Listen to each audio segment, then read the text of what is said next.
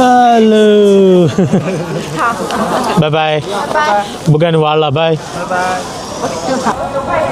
Hi friends, welcome to Chainaldo YouTube channel. ఈరోజు మన Tianjin ancient స్ట్రీట్లో ఉన్నాము.